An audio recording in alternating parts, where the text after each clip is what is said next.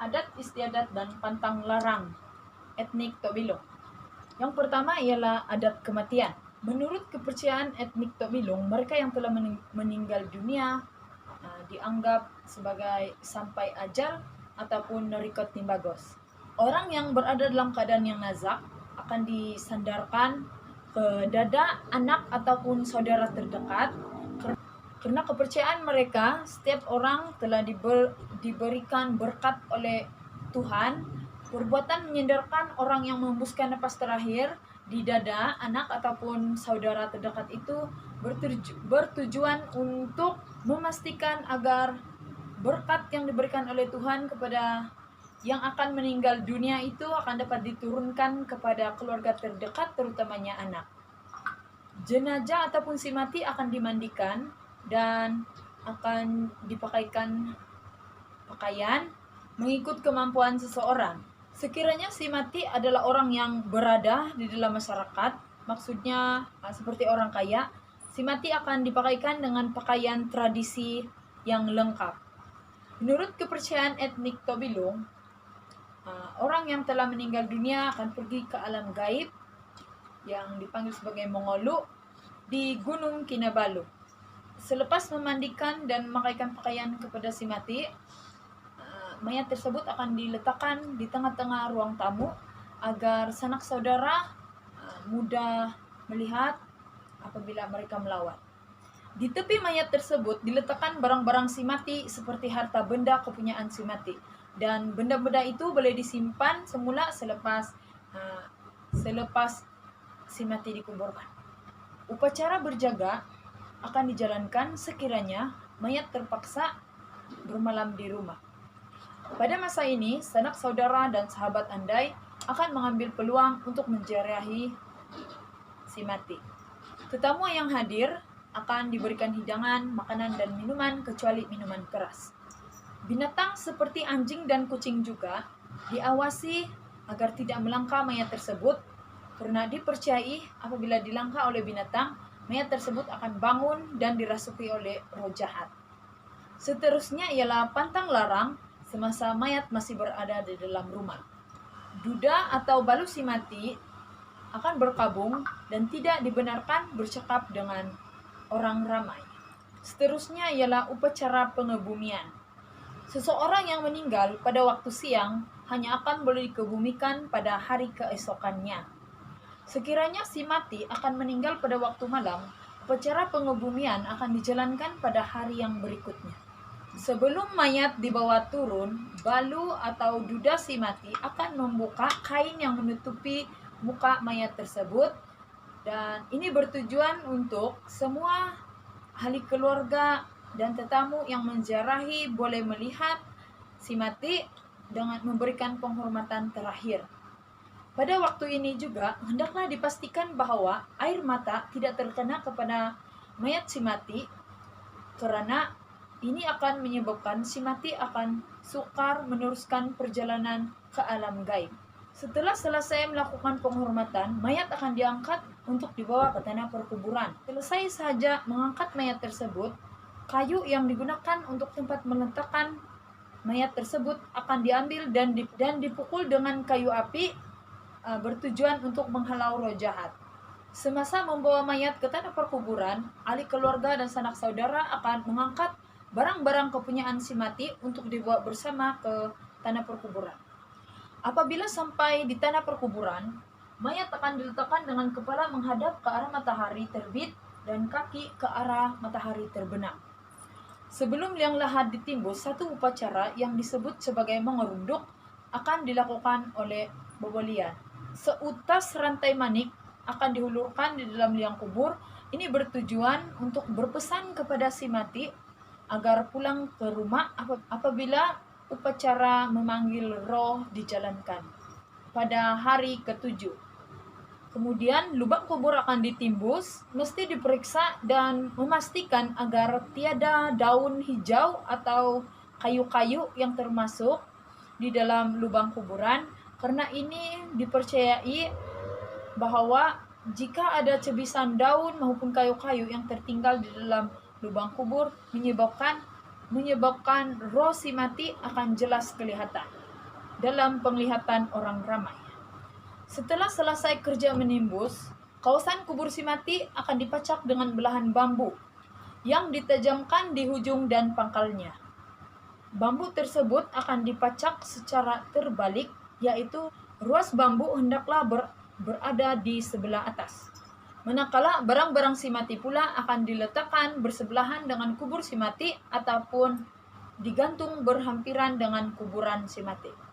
Makanan dan minuman juga akan ditinggalkan di samping kuburan si mati bertujuan untuk bekalan si mati. Selepas selesai pengebumian, mereka yang terlibat dengan upacara pengebumian ini haruslah membersihkan diri, mandi, dan membersihkan peralatan mereka sebelum balik ke rumah masing-masing. Makanan khas juga disediakan bagi mereka yang telah terlibat dalam upacara ini, dan orang ramai yang tidak terlibat tidak dibenarkan makan bersama-sama karena dikhawatirkan roh si mati akan turut makan bersama. Sekiranya mempunyai lebihan makanan itu perlu dibuang. Menurut etnik Tobilung, mereka yang hadir ke upacara pengebumian dilarang berhibur atau bergaduh. Sekiranya mereka melanggar peraturan ini, mereka akan dikenakan denda, yaitu 1 ekor kerbau yang perlu diberikan kepada keluarga si mati. Selain itu, mereka juga harus terus pulang ke rumah tanpa menyingga ke rumah orang lain. Sekiranya adat tersebut dilanggar, keluarga si mati akan memberikan 1 ekor ayam sebagai denda kepada setiap rumah yang telah dilewati oleh orang tersebut. Terdapat juga beberapa pantang larang semasa pengebumian. Salah satunya ialah jika mereka telah menggali suatu lubang kubur dan mendapati kawasan itu tidak sesuai, seperti mempunyai batu yang banyak dan keras, mereka tidak boleh menggali kuburan lain karena dipercayai roh orang lain yang masih hidup akan masuk ke dalam lubang kubur tersebut. Dan lubang kubur tersebut tidak boleh dibiarkan tanpa penjaga, sehinggalah jenazah selamat dikebumikan di tempat itu. Seterusnya ialah upacara memanggil roh pulang. Sementara menunggu hari ke-7, keluarga si mati akan mengadakan upacara berjaga dan jamuan makan akan disediakan kepada semua tetamu yang hadir. Upacara berjaga di kawasan tanah perkuburan juga dilakukan sepanjang 7 hari tersebut. Pada malam ke-7, upacara memanggil roh akan dijalankan. Pada waktu itu si mati akan disajikan dengan makanan seperti nasi dan lauk pauk, serta minuman dan pelbagai jenis makanan kegemaran si mati. Makanan tersebut akan diletakkan di atas para-para ataupun meja, dan di bawah meja tersebut akan diletakkan abu di atas pelepah pinang. Upacara ini dimulakan dengan keluarga si mati akan memanggil roh si mati untuk pulang, serentak dengan pukulan di tangga rumah sebagai tanda panggilan. Upacara ini biasanya diadakan sebaik sahaja malam menjelang dan semua lampu akan ditutup. Lampu akan dinyalakan selepas salah satu keluarga si mati memberi isyarat untuk memasang lampu. Selepas itu, semua makanan dan minuman yang telah disediakan untuk roh si mati akan dihantar ke tanah perkuburan. Seterusnya ialah tempo berkabung dan adat membubarkan tempo berkabung. Pemberitahuan ini akan dibuat oleh ketua adat ataupun kota kampung selepas sahaja jamuan makan pada malam itu selesai. Tempo berkabung adalah selama 7 hari, dan sepanjang 7 hari tersebut ahli keluarga dan penduduk kampung tidak dibenarkan untuk berhibur dan membuat sebarang aktiviti keramaian. Pada keesokan harinya, keluarga si mati juga akan mengadakan beberapa upacara yang dikhaskan untuk keluarga si mati. Seterusnya ialah upacara menghormati kuburan ataupun dipanggil sebagai menungkas. Biasanya, upacara ini dijalankan selepas semua penduduk kampung ataupun masyarakat di sekitar itu selesai menuai padi. Pada waktu ini, semua sanak saudara akan berkumpul dan memberikan penghormatan terakhir dengan mengadakan jamuan makan dan minum. Pada waktu ini juga keluarga si mati akan menyediakan satu ekor sapi ataupun kerbau untuk dikorbankan. Kubur si mati juga akan dibaiki seperti disemen atau dipasang mosek. Ini bertujuan untuk memberikan penghormatan tertinggi kepada si mati. Sehelai kain hitam berbentuk bendera akan dipasang di atas kubur menandakan upacara menungkas sudah selesai. Kerja-kerja seperti ini biasanya dijalankan secara bergotong royong oleh semua penduduk kampung. Kepulangan mereka yang telah selesai melakukan kerja gotong royong di tanah perkuburan tersebut akan disambut dengan paluan gong dan musik tradisi.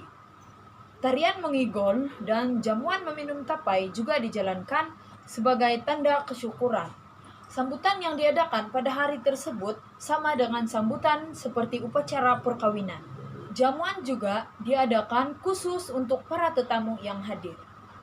Oke, itu saja adat kematian dari etnik Tobilung. Seterusnya ialah adat perkawinan yang akan dibentangkan oleh Asni Asnani.